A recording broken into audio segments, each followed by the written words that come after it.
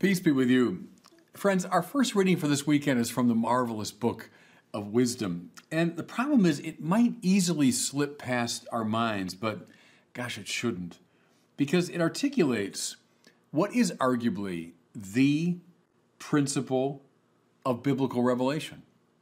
What I mean is the primacy of grace. Let me say that again. The central principle of the whole Bible is the primacy of grace.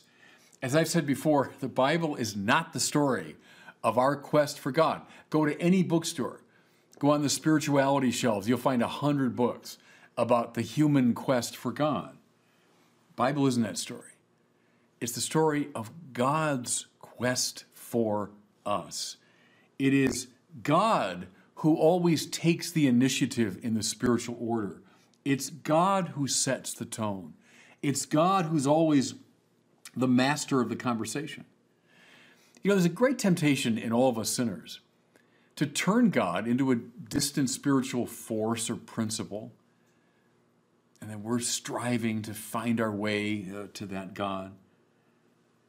Or we turn God into a difficult moral taskmaster, and only through heroic effort can we sufficiently impress him. Well, see, the problem with both those approaches is it puts us and our achievements in the forefront. It's my heroic climbing of the sacred mountain. It's my heroic exercise of the moral life. I'm finding God, but on my terms, not God's. And all of that, everybody, is inimical to the Bible, from Genesis to Revelation. You know, we sense the truth of this in the very opening verses of the Scripture. I'm talking about the account of creation. God makes the whole of finite reality. You know, think this for a second. Often, even when we're in kind of a spiritual framework, we think of the world as, well, it's just kind of dumbly there, and then God is some power up there, out there, and now I got to just make my way and try to find my path to God. No. Everything around me, whatever exists, is already the gift of God. That's what creation means. God is the one who brought the whole of finitude into being. This world is not just dumbly there. It's there as a result of God's initiative, of God's grace. More to it, everything in me. So I'm seeking God with my mind and my will and my passions and so on. Well, where did my mind and will and passions come from? It's not like I just happen to have them and now God's out there and boy, I'm going to make my way to impress God. No, I'm the contrary. My mind, my will, my energy, my passion, everything in me is always already the gift of God. God always comes first. Whatever we do, God has been there first. And then don't we see this throughout salvation history? Look in the great biblical stories. I mean, from Abraham and Moses, Samuel, David. It's always God who does the summoning. The stress is not on our heroic quest for God. It's always on God's initiative. And doesn't Jesus himself, with full magisterial authority, sum this up? It is not you who have chosen me. It is I who have chosen you. Can I suggest to everybody, when you let that get into your heart, I mean all the way down, everything will change. It's, I'm looking for meaning. I'm searching for God. No. That's not the interesting part of the story at all. It's not you who've chosen me. It is I who have chosen you. The primacy of grace. Okay. Now, I bring all this up because of our reading from wisdom. Marvelous. Listen now how the book of wisdom expresses this. She, referring here to God's wisdom, she is readily perceived by those who love her and found by those who seek her. Now, why? She hastens to make herself known in anticipation of their desire. Whoever watches for her at dawn shall not be disappointed. Why? For she shall find her already sitting by the gate. And finally, she, again, God's wisdom, makes her own rounds, seeking those worthy of her, and graciously appears to them in the way and meets them with all solicitude. You see the point being made? Yes, there's something to be said for the human quest for wisdom. Go back to Socrates and Plato if you want. It's human beings looking for wisdom.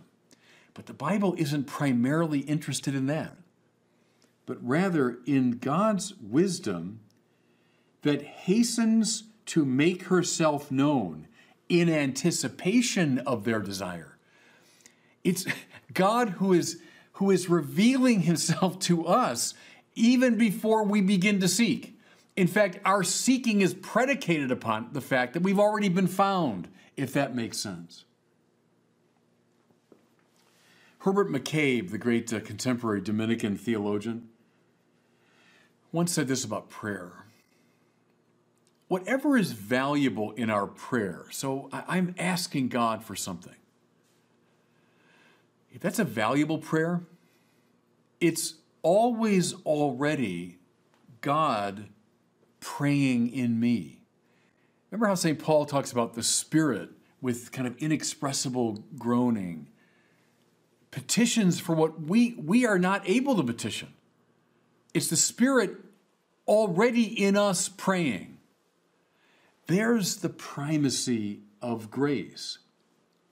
So if all this is true, everybody, and I think inescapably it is in the Bible, most of us have to rethink our spiritual lives.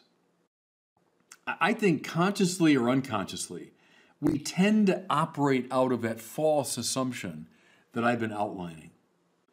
Namely that God is pretty hard to get to. God is just pretty distant, pretty demanding, certainly not easily impressed.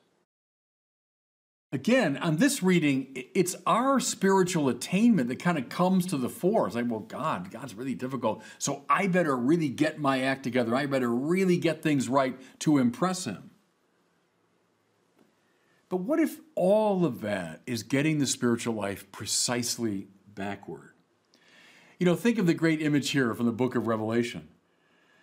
Jesus knocking at the door. Well, I mean, we're kind of very much at home with, well, I guess I better knock on the door of God. I better seek after Jesus. What if the primordial truth is that it's Jesus knocking on my door? That whatever enthusiasm I muster for the quest for God, there's an infinitely greater enthusiasm on God's part for me, to find me. Maybe the spiritual life isn't so much climbing up the holy mountain on my, strength, but rather in opening the door on which Jesus is consistently knocking. He wants to find us. He wants to find us. Allow yourself to be found. Is that the heart of the spiritual life? You know, one of maybe the greatest spiritual master in the Catholic tradition is the 16th century Spanish Carmelite, St. John of the Cross, Juan de la Cruz. If you love the Spanish language, by the way, he's also one of the very finest poets in Spanish. Read John of the Cross for his literary style, but read him above all for his spiritual substance. Well, recently I was reading a commentator on John of the Cross, and he said this. Here's the way to sum up the teaching of John of the Cross in contemporary terms. God is like the pilot of a helicopter that's just endeavoring to land, and he's endeavoring to land on the ground of our hearts. God wants to bring the helicopter in.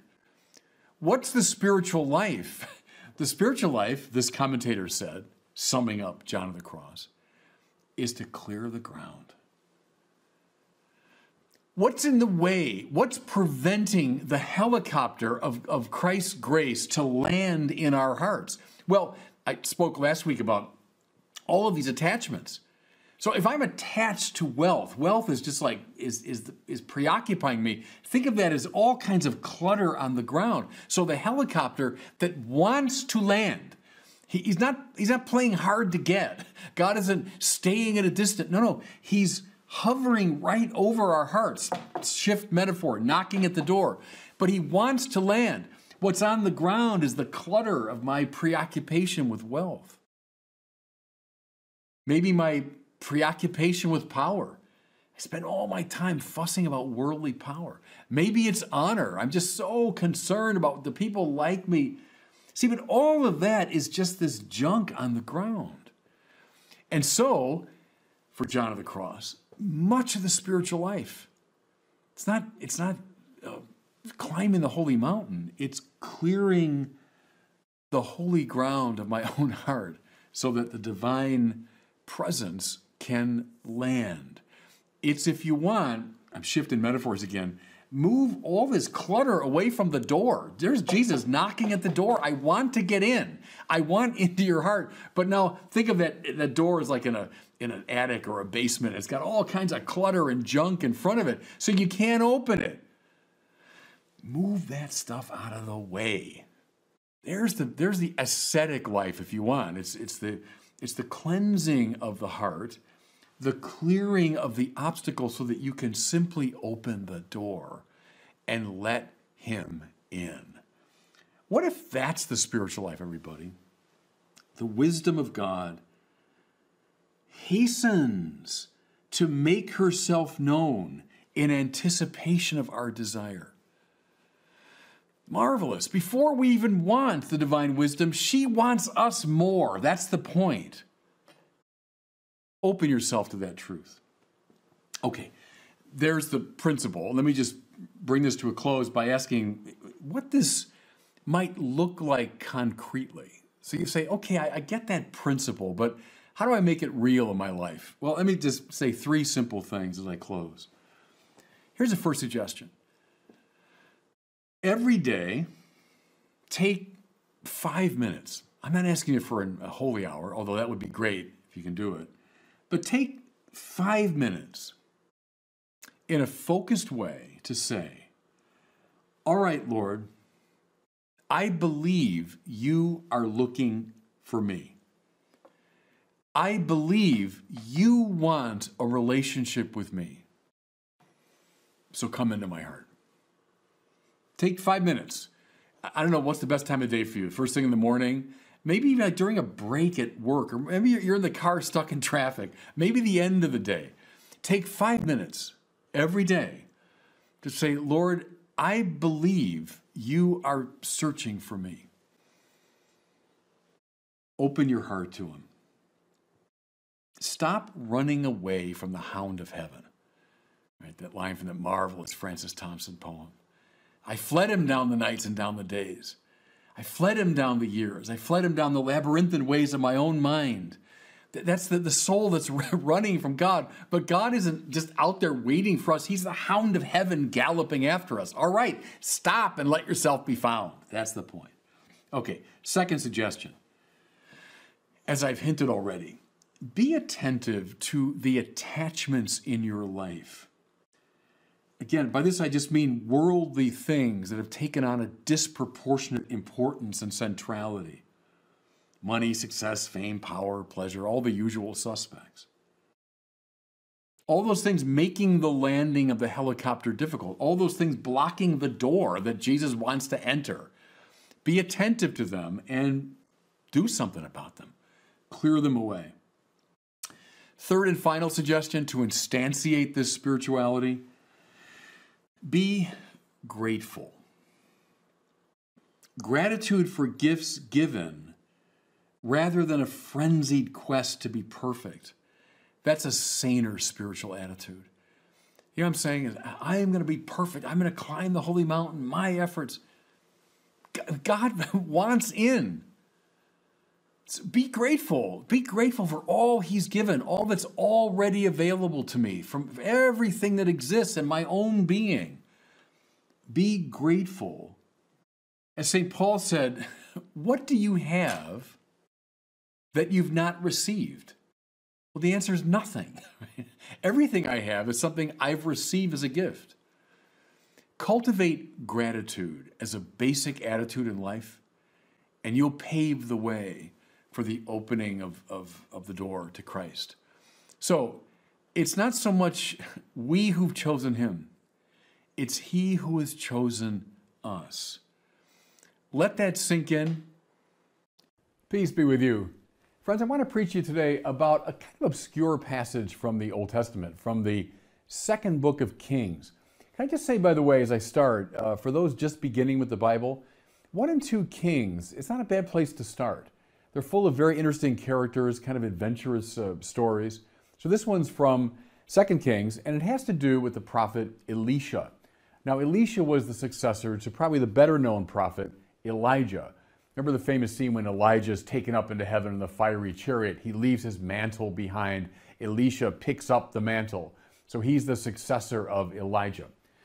Well, there's a lot of interesting stories now associated with Elisha because he's both a teacher and a miracle worker. In fact, a very interesting connection is between Elisha and Jesus. Both prophets from the northern part of the Promised Land, from Israel. And Jesus, too, is teacher and miracle worker. In fact, a lot of his miracles echo those of Elisha. So just keep that in mind as we look at this. He's in some ways in anticipation of Jesus himself. The narrative I'm going to preach on is, on the surface, kind of simple and charming, but I think it speaks a rather profound truth about the church, and I'll explain what I mean. The setting, as I mentioned, is the northern part of the Holy Land, Israel, and it's during the 9th century BC. So think maybe century and a half or so after the time of King David, a couple centuries before the Babylonian captivity. That's where we are in Israelite history. We hear that Elisha the prophet comes to a little town, Shunem. It's near Mount Gilboa. Mount Gilboa, you might remember from 1 Samuel, was the place where King Saul meets his demise. And when David sings that great hymn, "Oh, how the mighty of Israel have fallen," that was on Mount Gilboa. So we're in that area. And Elisha comes to the home of a wealthy woman who invites him to stay and to dine with her. Well, inspired by her great hospitality, Elisha resolves that he will stay there whenever he passes back and forth through that country. So he stays so often at her home that finally the woman proposes to her husband that they build a little apartment for him. Listen now from 2 Kings. She said, "Since he visits us so often, let's arrange a little room on the roof, furnish it for him with a bed, table, chair, and lamp, so that when he comes to stay with us, he can stay here." And then Elisha, it says, arrived, and he would stay in that room overnight. So, touched by her generosity, Elisha sends a message to the woman, "Anything I can do for you?" He finds out that she's longing to have a son. And so he prophesied. He said, "A year from now, when I return, you will be fondling a baby son." And of course, so it happens. Now, you say, all right, that's a charming story about the hospitality of this woman and the kindness of the prophet Elisha. But I wonder if we dig a little bit deeper, we can find a meaning here that has relevance to the church today. Now, what am I talking about? Well, something I've thought about a lot. Now, I record these words. I know this will go out on YouTube and I hope be up forever, but I'm recording these words during this weird coronavirus period when things are shut down, including churches. And so priests and people during this time have become kind of alienated from each other. People have lost contact with the Mass and with the sacraments. And, may I say, priests have lost contact with their people. And I found this has been really challenging for both the people and the priests. Obviously, the priests bring a lot to the people of God. They bring preaching, they bring the word, they bring a sense of God's presence, they bring the sacraments. But the people bring a lot to the priests. Priests derive their energy in many ways from the people they serve. They derive a sense of purpose and meaning. The people lift them up. And so this period where we're kind of cut off from each other has been bad for both. Now, might we see in this charming little story of Elisha and the Shunammite woman a kind of icon of the relationship between priests and people, between the minister of the gospel and the people that he serves. Think now, go back to that time. Travel was pretty perilous. You know, we take for granted that wherever we travel, we get into an air-conditioned car and we stop in a hotel if we have to. Or we get onto an air-conditioned airplane and we fly somewhere, and then there's a hotel to receive us. Now go back to these ancient times. Someone traveling in the Middle East, I've been to the Middle East. Unless you're at the depth of winter, it is hot, hot, hot in the Middle East. So you're Elisha the prophet, 9th century BC, and you're traveling, that means by foot, through these dusty, dry places. You're pretty worn out, I imagine, at the end of the day. He relied very much. There were maybe some inns or a simple hostel or something, but people in those days relied much more on the kindness of strangers, as we say. So it must have meant the world to him that there was this family, this husband and wife, who were willing to take him in. I can only imagine, and I know this from a tough day of work, and maybe you've had several masses and you're kind of exhausted, and the prospect of having a nice place to stay, having a nice dinner, some company with friends, means the world to you. Well, it meant the world to Elisha. And I imagine that his presence to them meant a great deal to this woman and her husband. Here's Elisha the prophet, the great spokesman of God. I'm sure he brought to them a keen sense of the presence of God. He brought a sense of peace. He brought a sense of meaning. How beautiful, here's what I'm driving at, everybody. How beautiful in this little icon of this family preparing this apartment for Elisha, Elisha staying with them, that the two of them fed each other. The two of them cared for each other. Each gave the other life. That's an icon, I think, of a permanent relationship between, in the Catholic context, priests and the people they serve. Here's something I've thought about a lot. I've been a priest for, 34 years now. It's a long time. It seems strange even to say it. But for those 34 years, I've had a roof over my head because of the kindness and generosity of lay people. I mean, that's where the church gets its money from. The fact that I had a rectory to stay in at St. Paul the Cross Parish in Park Ridge, Illinois for 3 years. The fact that I had a place to stay when I was a student in Paris. The fact that I had a roof over my head at Mundelein Seminary for 20 some years. The fact that even now in Santa Barbara I got a place to stay. That's because of the kindness and generosity of lay people who made that possible. My Word on Fire work. I remember vividly, when I went for the first time before this community that I was serving in Hubbard Woods, Illinois. And I said, I got a chance to get on the radio and do a sermon program. In fact, what you're hearing right now is the descendant of that program. And I need $50,000 to get on at 5:15 on Sunday mornings. After they kind of chuckled at that, they promptly gave me that money. That's how Word on Fire started. I think of the Catholicism series that we did now many years ago. Well, when I first started that, we had no funds. I had to go to kind and generous lay people and say, here's this idea I have. I wonder if you could help me make it a reality. So it happened. All the work of the church finally depends upon the goodness and kindness of people just like this Shunammite woman and her husband. People just like them who sense in the prophets of the church, if you want, sense in the servants of the church, someone that maybe we should help out. We should take care of, provide a place for them to stay. And then, turn the thing around. Yeah, lay people have made my work in almost every sense possible. And I say it, humbly, I hope the work that I've done over the years has benefited lay people. That's why I do what I do. The priesthood simply serves the laity. That's the whole purpose of the priesthood. My preaching and my teaching and my sacramental work and my liturgy and all of it is simply meant to bring grace, a sense of God's presence, a sense of intimacy with the Lord, to the holy people of God.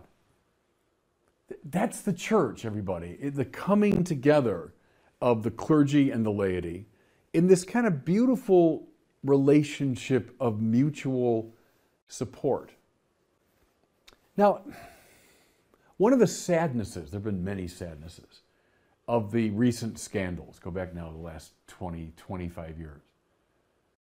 But one of the many sadnesses is a certain falling apart of that relationship.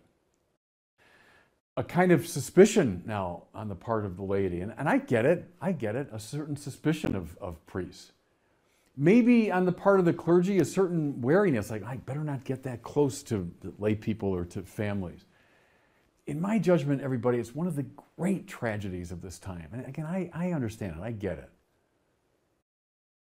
But might we take from this ancient story about Elisha and the Shunammite woman, might we take from this just some indication of what this relationship could and should be like? Not one of antagonism, not one of mutual suspicion, not one of wariness, but of priests and laity, servants of the Lord and the people of God, now in this beautiful sort of symbiosis, each one giving the other life. Concrete suggestion? Now I'm speaking from the priest standpoint. Priests often get through let's say a Sunday, tough day, where they're on for 2, 3, maybe some priests in my region here do 4 masses on a Sunday. Kind of exhausted, maybe been through a lot. And a lot of priests, at the end of the day, they come back to an empty house. Could I encourage the lay people to be like the Shunammite woman? Maybe reach out with special friendship. Reach out with special care to a priest.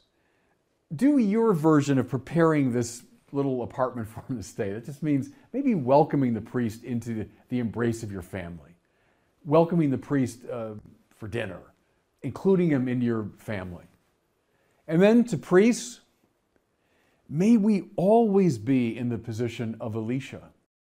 That is to say, bringing to the people we serve a blessing. You know, again, the tragedy of these times is some priests bringing not a blessing but a curse to their people.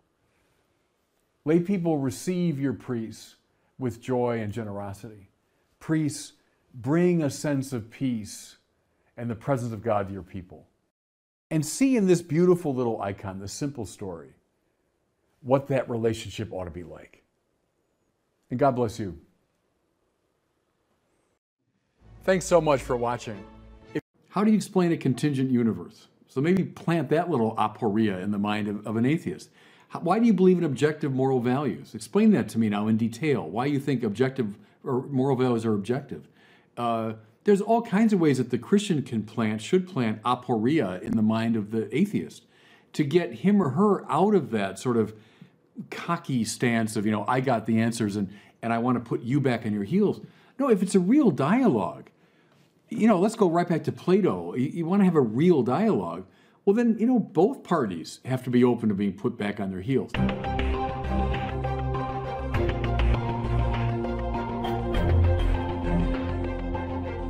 Welcome back to the Word on Fire show. I'm Brandon Vaught, the host and the content director here at Word on Fire. Got a great episode for you. We're going to learn about a new book that a lot of atheists are raving about because it includes a new method for creating atheists. We're going to hear what Bishop Barron thinks about this method. We're going to talk through some of the ideas in the book. So look forward to that. Before I begin, though, I'd like to welcome Bishop Barron. Bishop Barron, good to see you. Hey, Brandon. Always good to see you. Hey, you just returned a day or two ago from a big trip to Franciscan University of Steubenville. Why were you there? How did it go? I was there for their baccalaureate mass, their graduation, and they were nice enough to give me an honorary doctorate, so I was delighted to receive that. It was the vigil of the Feast of the Assumption, so I was able to celebrate mass and to preach on that wonderful feast. So I enjoyed it immensely. In the morning, I taped a show, with Dr. Scott Hahn and with Regis Martin, who's taught there for many years. Father Dave Pavanka, who's the president. And we discussed my book now from over a year ago, The Letter to a Suffering Church. So the whole clergy sex abuse scandal, the McCarrick situation, all that. But it was a wonderful, I thought, conversation. Lunch that day I had with the Crosbys, père et fils, as they say in French, the John Crosby, the elder, and then John Henry Crosby, his son, both of whom were very involved in Steubenville with the von Hildebrand Institute. And we had a wonderful lunch. It was in a kind of anteroom off the cafeteria, so nice and quiet, just the three of us. And we talked epistemology, metaphysics, von Hildebrand, Aquinas, the problem of evil. This issue, which I find intriguing, because Thomas, gives the Augustinian account of evil as a privatio, right, a privation of the good. Von Hildebrand thought that was accurate as far as it goes, but not adequate to explain the fullness of what evil means. And so we were knocking a lot of that around, and it's just a real stimulating conversation. Then I had breakfast the next morning with Scott Hahn before I went to the airport. So it was just a kind of intellectual feast for me and a great joy to be there. Well, today we're going to be talking about a new book I mentioned in the intro. It is titled A Manual for Creating Atheists. So a pretty provocative title. Yeah. It's written by a man named Peter Boghossian. I think I'm saying that right. He's a philosophy professor at Portland State University. And the book outlines what I would describe as anti-evangelization, or talking people out of their faith. So how do you have conversations with friends, family, even strangers on the street, and talk them out of believing in God? The book is, I think, a little old. It was maybe a year or two ago that it was first released, but as soon as it came out, it cracked the Amazon top 100, meaning top 100 most popular books in the world, sold out of the first printing, even during pre-orders, second printing in 2 weeks. There was a big Washington Post interview with Peter, the author, and he says some things we've heard, Bishop, before from some of the other new atheist types. For example, I'm quoting him here. He says, "Faith is an unreliable reasoning process. It will not take you to reality. So we need to help people to value processes of reasoning that will take them to the truth." And elsewhere in the interview, he compares reasoning people out of their belief in God to treating drug addicts. He says faith is a virus, and so we need to cure people of this virus. Yeah, what's your initial take on some of these quotes? That breathtaking arrogance. I mean, and the insouciance with which those statements are uttered, to me, is just incredible. And from someone, he's a philosophy professor, right? The ignorance of the grand sweep of the intellectual tradition. Because what that represents, Brandon, is a sort of popularization of a very narrow construal of Enlightenment era epistemology. But to claim that knowledge is reducible to the kind of scientific method or the empirical method, the breathtaking ignorance and arrogance, because it overlooks so much of the intellectual tradition that is not accessible through such a narrow, restricted epistemological method. So anyway, that's just my first. And then, just the hugely significant figures in just the Western tradition, from Paul to Augustine to Aquinas to Bonaventure to Mozart to Bach to Descartes himself, to Newton himself, who were religious believers. And that all these people are just, what's the language he's using there? They're like drug addicts. They're just caught in some opium den of illusion and so on. Just on the surface of it, the arrogance of it, to me, is staggering. All right, so not that I have strong feelings about this at all. So you like the book, is what you're saying? I mean, I don't know. I'm just hearing about it from you, but I mean, just that kind of statement is so baldly ignorant and arrogant that it's just upsetting. Okay, so in this book, he outlines what he describes as a novel approach to drawing believers out of this addiction, this virus, that he calls street epistemology. Street epistemology is sort of this set of tactics that allow you to have conversations with people who believe in God and sort of talk them out of it. The main way he does this is through a form of Socratic dialogue that challenges people's faith by asking them a lot of questions. And this model of street epistemology has gained a huge following in the atheist community. You see this term pop up in basically every major atheist book since then. Whole websites devoted to it, their whole YouTube channels devoted to people putting it in action, filming themselves going out on the street and talking to strangers and convincing them that God doesn't exist. So what I want to do here, Bishop, is talk through the steps involved in this street epistemology and get your thoughts on them. Okay. I'm taking these from the website streetepistemology.com, so I can't think of a more definitive source, and they kind of group the process into 10 different steps. So let's go through them. Step number 1 is to just build rapport with your interlocutor. It says, build rapport with your interlocutor before getting into deep dialogue. Try to find something you have in common. Taking the time to do this cuts through much of our natural, instinctive anxiety about immediately engaging with a stranger. I'm assuming you'd be totally fine with that, right? Sure. That sounds like a good basic rule for any kind of conversation. Sure. All right. Step 2, identify the claim. Now it says you may already know what your interlocutor's claim is. For example, you may have initiated the discussion because you overheard them saying they believe in God or they believe in UFOs or the supernatural. But once you're actively looking to practice street epistemology on someone, you need to take the step of moving from idle chit-chat to the worthwhile claim. Most people practicing street epistemology are focused on religious claims, so the common claim is something like, God is real and the Bible is true. And so they're encouraging you to ask the other person, is this what you believe? And this reminds me, Bishop, of something you've often encouraged. Like, make sure that you're clear on what the other person believes and that you're not just straw manning it or coming up with a weird distortion of their belief. Yeah, I mean, fine, fair enough. But I'd also want to make sure that you're talking to at least some really well-read, well-informed Christians. I find very often with this sort of thing, Brandon, it's people talking to maybe sincerely religious people, but who are utterly incapable of defending their faith intelligently.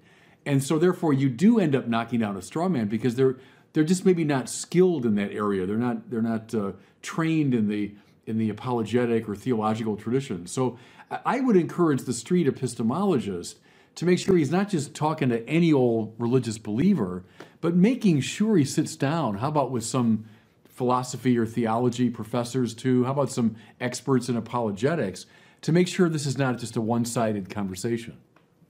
You know, zooming out a little bit on this topic of street epistemology, it does strike me, as you say, that a lot of these methods are meant to be used against believers who are mostly naive about their faith. Maybe they believe in God because of personal experiences or the way they were raised, but they can't articulate good reasons for their belief. And so this philosophy professor is encouraging his fellow atheists to identify and target these naive believers and convince them that you really don't have any good reasons to believe in God, so you should just give it up.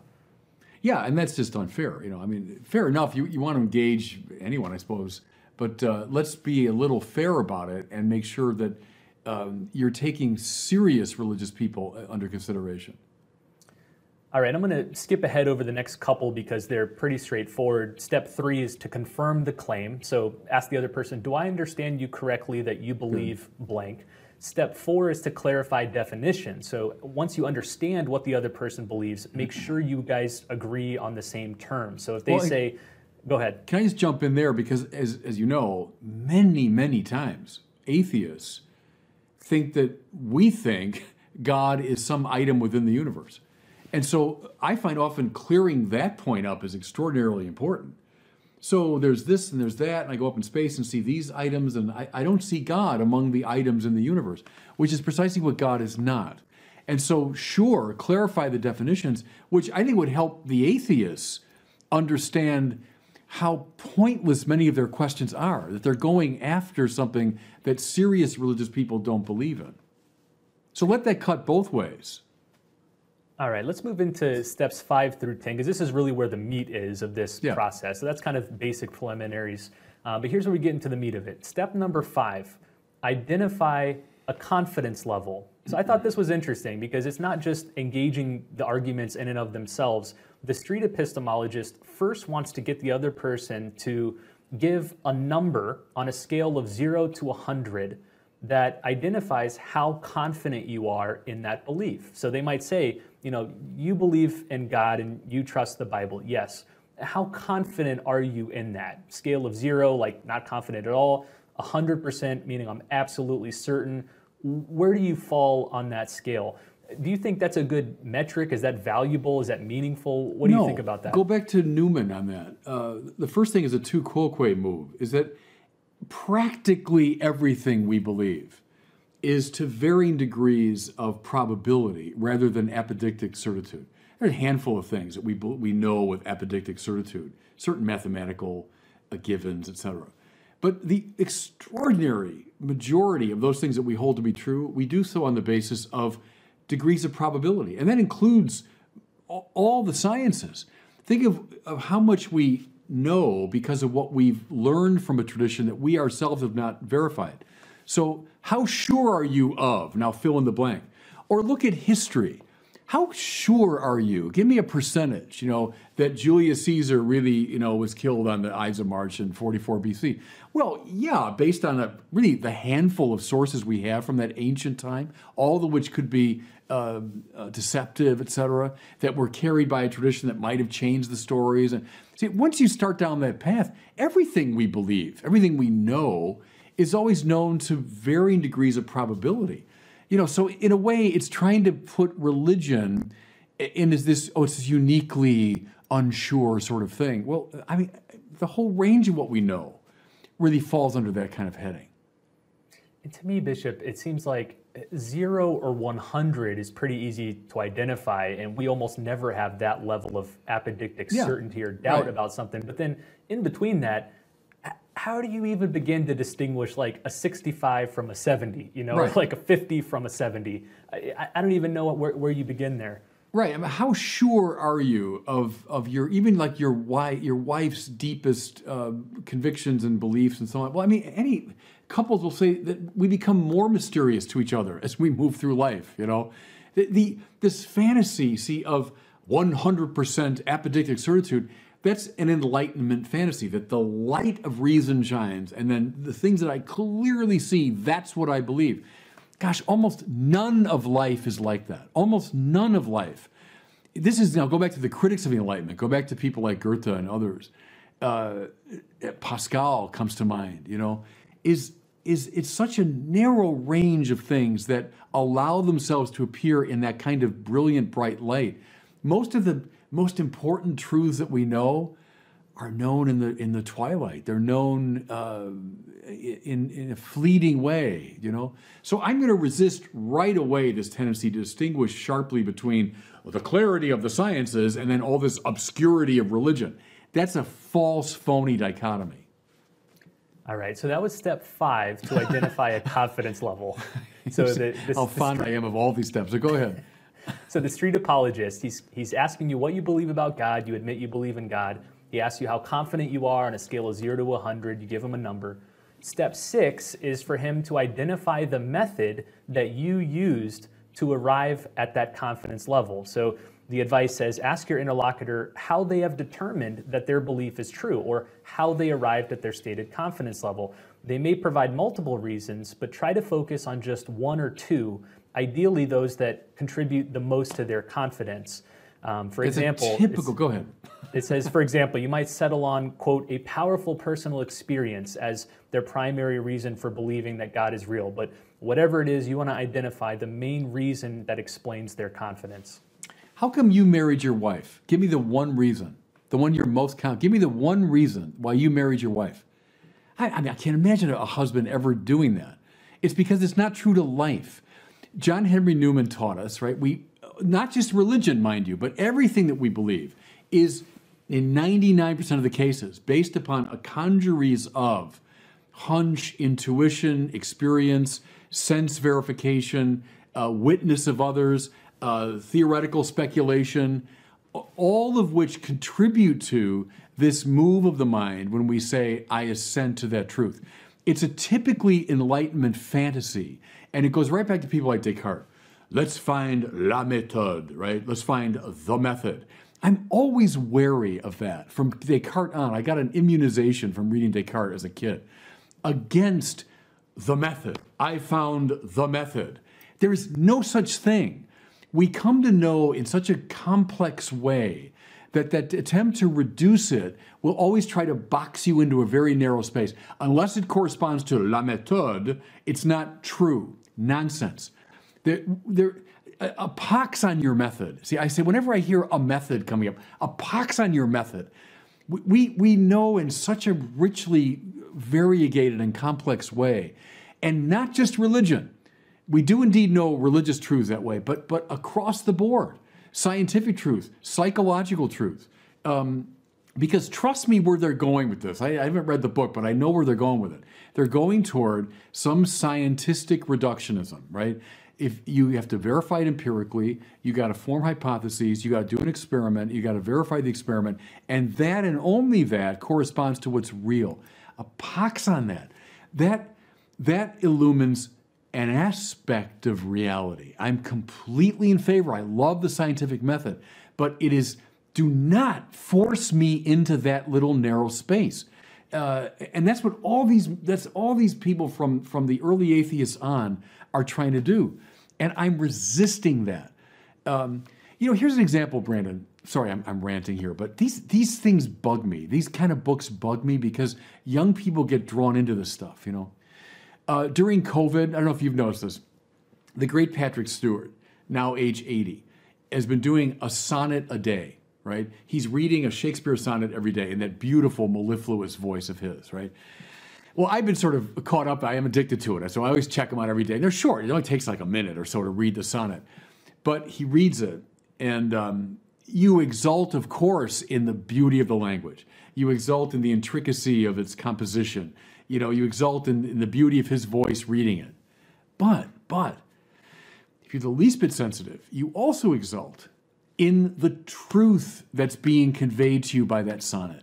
A genius like Shakespeare, not just a literal and artistic genius, he was that to be sure, but also he was a teller of the truth about life, about the mind, about love, about relationships, about God. And it all comes through in those sonnets. Now, none of those sonnets can be analyzed according to the scientific method, but yet they are bearers of the truth. And I resist any method that's going to tell me, oh, that doesn't bear the truth. No. Those sonnets of Shakespeare, they're beautiful, I guess, and they're literarily interesting, but they don't bear the truth. Nonsense. They do, just as Plato bears the truth, even though he's not a scientist, right? Just as Bach bears the truth and Mozart bears the truth, though they're not following the scientific method. And so religion, which is a close cousin to art and poetry and so on, religion bears a truth that cannot be reduced to the scientific method. Okay, end of my rant for today. Yeah, I'm kind of leery of bringing up these new atheist topics with you, Bishop, because I feel like we're going to have to put a heart monitor on you when we get you going. Because young people are being influenced by these people, and this is not a trivial matter, because you and I both know that they're being led away from the faith by these simple-minded, superficial so-called epistemologies. But go ahead.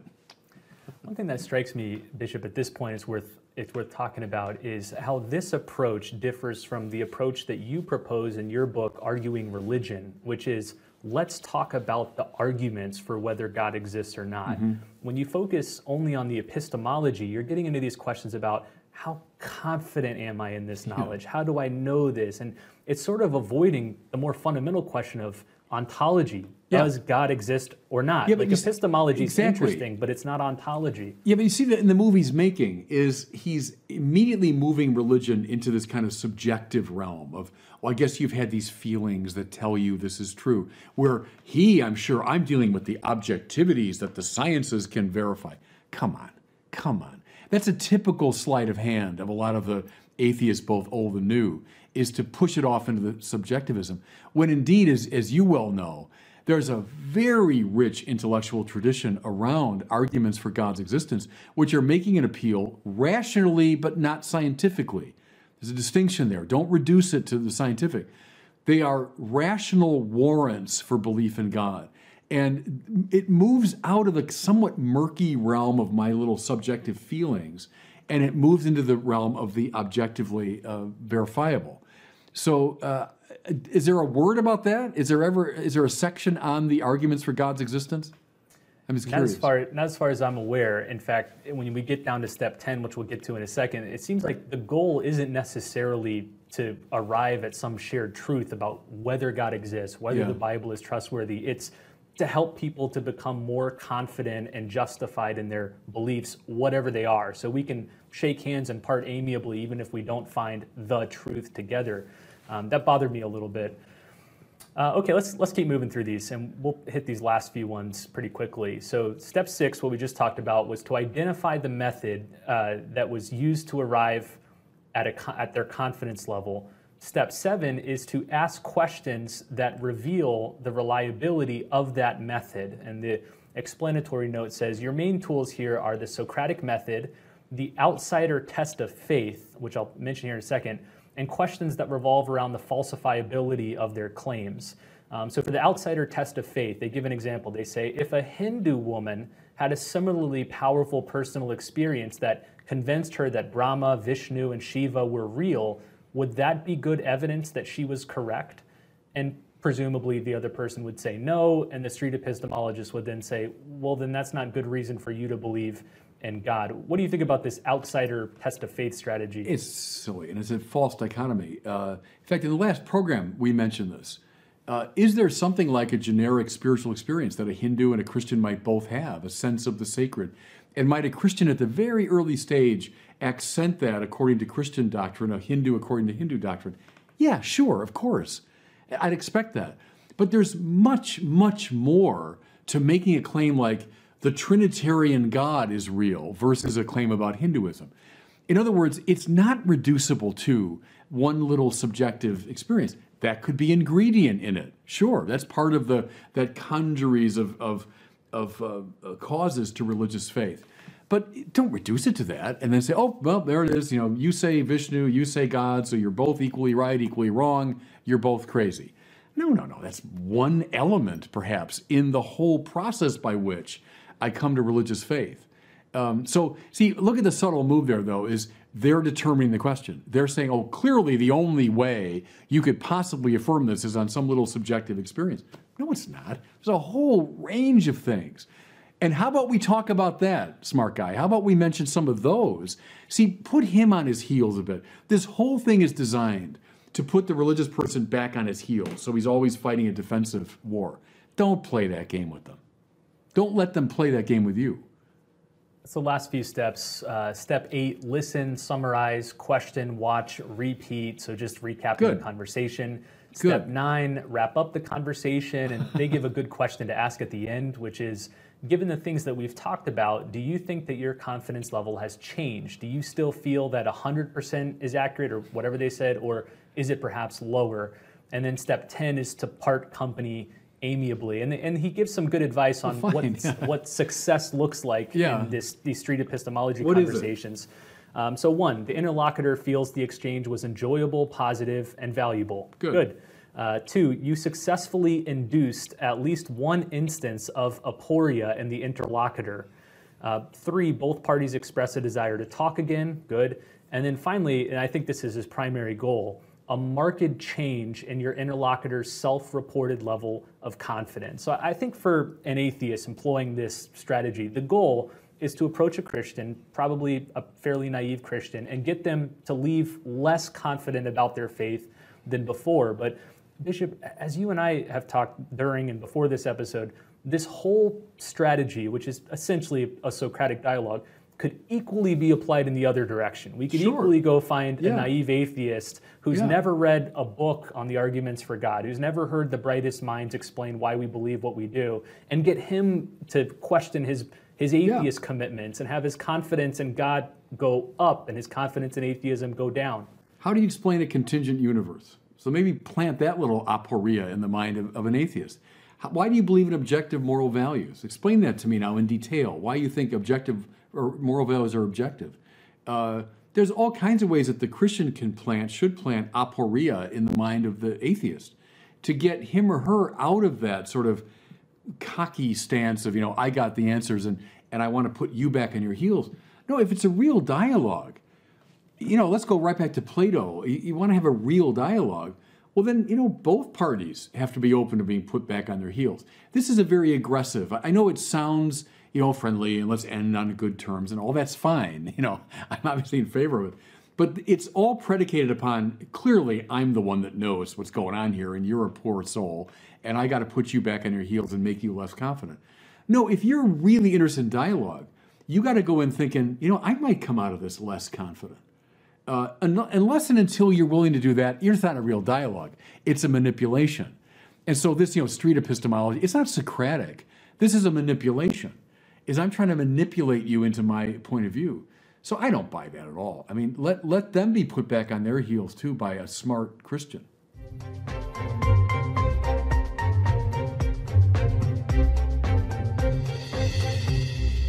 Well, it's time now for one of our questions from our listeners. We love hearing from you guys. You always have amazing questions. Today we have one from John in Texas. He's asking for some book recommendations by one of Bishop Barron's former professors. So here's his question. Hi, Bishop Barron. It's John from Texas. I was wondering if I want to start reading Monsignor Robert Sokolowski, who taught you at Catholic U, where should I begin? Thanks. Yeah, good. Thank you for that. I begin with the book that he was teaching our class. This is many years ago when I was just a kid. He was teaching our class. He had the notes for this book, and it's called The God of Faith and Reason. I think it's one of the best books, actually, in philosophical theology that you could read, period, and the best way to get into his thinking. I'd also recommend his Introduction to Phenomenology. He introduced me to that famously complicated philosophical system when I was a kid. And this book came out, Brandon, not that many years ago. I'm going to say maybe 10 years ago. It was really good. If you're interested in the tradition that produced Edith Stein, Dietrich von Hildebrand, Karl Wojtyła, Max Scheler, a lot of these players came out of the Husserl tradition. And Sokolowski gives a wonderful introduction. Also, his book on the Eucharist, is it called, what's it called, Brandon? Eucharistic Presence. Yeah, Eucharistic Presence. And then it's a study in the theology of disclosure. That's right. Okay, good. Those three, I would say, would be a very good way in.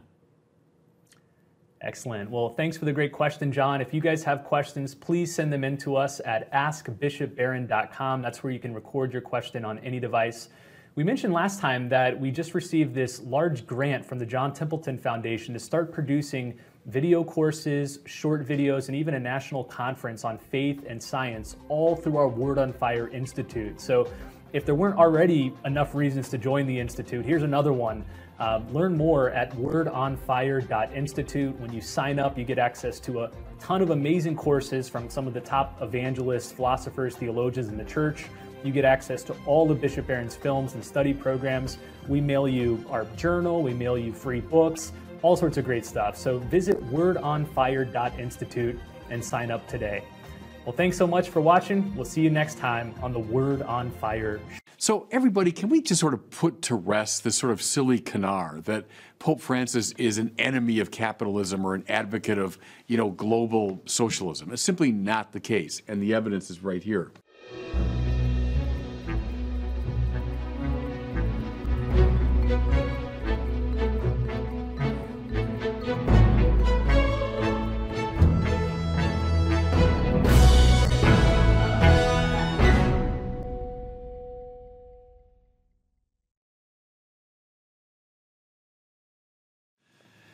In the wake of Pope Francis' letter Fratelli Tutti, which is a contribution to the Church's social teaching, there was a good deal of controversy because people thought the Pope was somehow attacking capitalism, he was attacking private property. Well, the first thing about Pope Francis is he tends to speak and write in a more prophetic mode. So he's kind of out there in what he says. But nevertheless, we have to see what he writes here in the context of the whole of Catholic social teaching. And once we do that, we see that there's nothing really egregious in what he's saying. In fact, he's in line with the tradition, stretching back to Leo XIII, coming up through John Paul II. First observation is he's not one-sidedly negative on capitalism, or what the Church tends to call the market economy. The Pope, like John Paul II, sees the moral value of capitalism. I just want to read you a couple things from the letter. He says this: business activity is essentially a noble vocation directed toward producing wealth and improving our world. Well, there he sounds like Arthur Brooks. He sounds like an advocate of the market economy as the means that has lifted more people out of poverty than any other economic system in history, which I think is simply the case, and the Pope is admitting it. Moreover, he says, even something like profit-making has a certain moral value. Listen, in God's plan, each individual is called to promote his or her own development And this includes finding the best economic and technological means of multiplying goods and increasing wealth. Okay, that sounds to me like someone who's advocating capitalism, advocating the market economy. He cites several times in this letter Pope Leo XIII, who strenuously opposed himself to socialism. So everybody, can we just sort of put to rest this sort of silly canard that Pope Francis is an enemy of capitalism or an advocate of, global socialism? It's simply not the case, and the evidence is right here. Now, without gainsaying any of that, I want to talk about what's maybe the most controversial part of the letter. It shouldn't be controversial, though, to anyone who's familiar with Catholic social teaching, because the Pope puts all of this legitimate approbation of capitalism within the context of the idea of the universal destination of goods. Again, a principle stretching back well into Catholic history. And let me just read to you how he articulates this very important principle. Listen. The right to private property, which he's just been affirming as a moral good, is always accompanied by the primary and prior principle of the subordination of all property to the universal destination of the earth's goods, and thus the right of all to their use. That's Pope Francis' way of stating this venerable principle. Trust me, everybody, he didn't invent this principle. You find it in all the papal teaching of the last century or so, and it goes back to my intellectual hero, St. Thomas Aquinas. If you want to find the passage, it's in question 66 of the Segunda Secundae. That means the second of the second. So the second part of the Summa, which deals with the moral life, is divided into a first part and a second part. So in the Segunda Secundae, the second of the second, question 66, if you want to find it, you'll see his distinction between what he calls the ownership of private property and the use of private property. Do we have the right to own property? Yes, says Aquinas very clearly. And that's why the popes have reiterated that principle. But, says Thomas, in regard to the use of what we own, listen now. In this respect, man ought to possess external things not as his own, but as common, so that he is ready to communicate them to others in their need. That's the principle. Private ownership, yes, indeed. Market economy, absolutely. Profit-making, no problem.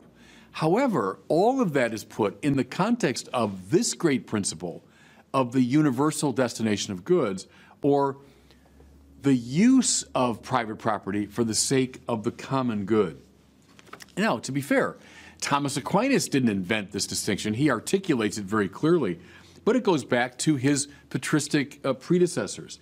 Let me just quote a couple here, cited by Francis in Fratelli Tutti. Here's John Chrysostom. Not to share our wealth with the poor is to rob them and take away their livelihood. The riches we possess are not our own, but theirs as well.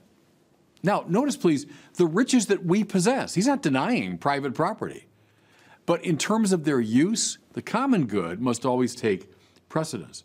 Here's from Gregory the Great.